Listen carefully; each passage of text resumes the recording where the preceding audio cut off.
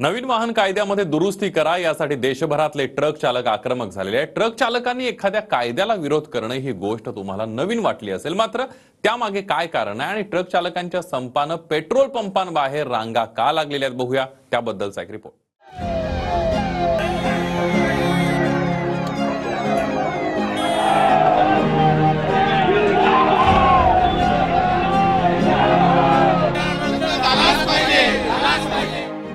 केंद्र सरकारच्या नवीन वाहन कायद्याविरोधात अनेक ठिकाणचे ट्रक चालक रस्त्यावर उतरले। 3 दिवसीय संपाची घोषणा करत कायद्यात बदलाची मागणी त्यांनी केली आहे। महाराष्ट्रासह अनेक राष्ट्रीय महामार्गांवर ट्रक चालक आणि त्यांच्या संघटनांनी आंदोलन केलं। काही संघटना 1 जानेवारी ते 3 जानेवारी पर्यंत संपावरही गेल्या। यासह नागपूर, वसई, अकोला, गोंदिया, अमरावती, मनमाडसह इतर काही ठिकाणी आंदोलनं झाली आहेत।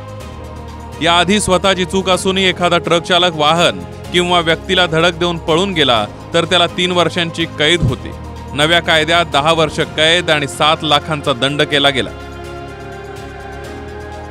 सरकार म्हणतंय की ट्रक चालकाने एखाद्याला धडक दिल्यास त्याला रुग्णालयात नेणं गरजेचं आहे, पण तो पळून जात असेल तर दंडात्मक कारवाई योग्यच ठरते।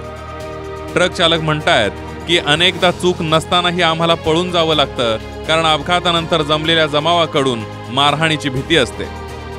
सरकार म्हणतं की ट्रक अपघातांची वाढती संख्या चिंताजनक आहे, म्हणून कठोर नियम बनवणं योग्य आहे। चालक म्हणतायत की हेतू चांगला आहे, मात्र अपघातात चूक कुणाची हे शोधण्याची यंत्रणाच नाहीये।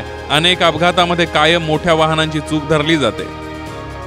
माहितीनुसार देशात या घडीला 28 लाखांहून जास्त ट्रक धावतायत। अंदाजे 80 लाख लोक ट्रक चालक म्हणून काम करतायत।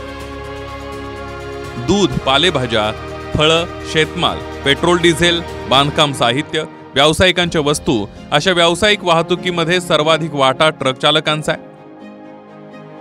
त्यामुळे नव्या कायद्यात अनेक त्रुटी असून त्या सुधाराव्यात अशी मागणी ट्रक चालकांची आहे। सरकारचं शिष्टमंडळ आणि ट्रक चालक संघटनांमध्ये 10 जानेवारीला बैठक होणार आहे। त्यावेळी काय तोडगा निघतो का हे पाहणं महत्त्वाचं असेल। राज्यसभा और लोकसभा में सबको निलंबित कर जो काले कानून बनाए उसके अब लोगों को उसके परिणाम समझ में आ गए।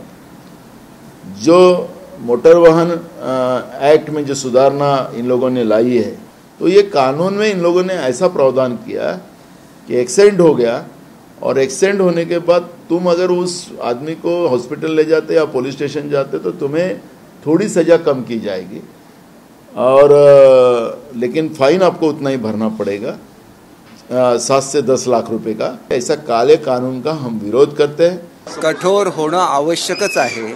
आज तुम्ही हायवेवरून प्रवास करा, सगळे ट्रक उजव्या बाजूने चालू असतात। 80% कारणीभूत हे ट्रक आहेत जे उजव्या बाजूने चालवतात। खरं तर त्यांनी डाव्या लेनमधून गेलं पाहिजे, हा नियम आहे, पण सरसकट सगळे ट्रक उजव्या लेनमधून चालतात। त्याच्यामुळे येणाऱ्या गाड्यांना अपघात होतात, ही वस्तुस्थिती आहे। शेवटी प्रत्येकाने जर नियमाचं पालन करायचं ठरवलं तर लोकांचे बहुमोल असे जीव वाचू शकतील। त्याच्यामुळे हे आवश्यक आहे। आणि शेवटी कोणी दंडाला घाबरतं किंवा शिक्षेला घाबरतं, त्याच्यामुळे थोडीशी कडक शिक्षा झाली तर आपण तो अपराधच केला नाही तर मग शिक्षा होणार नाही। Bureau report, TV9 Marathi.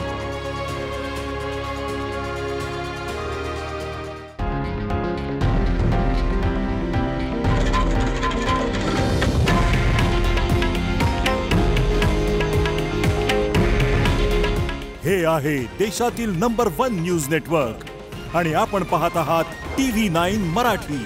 काळजी तुमची, हित महाराष्ट्राचं।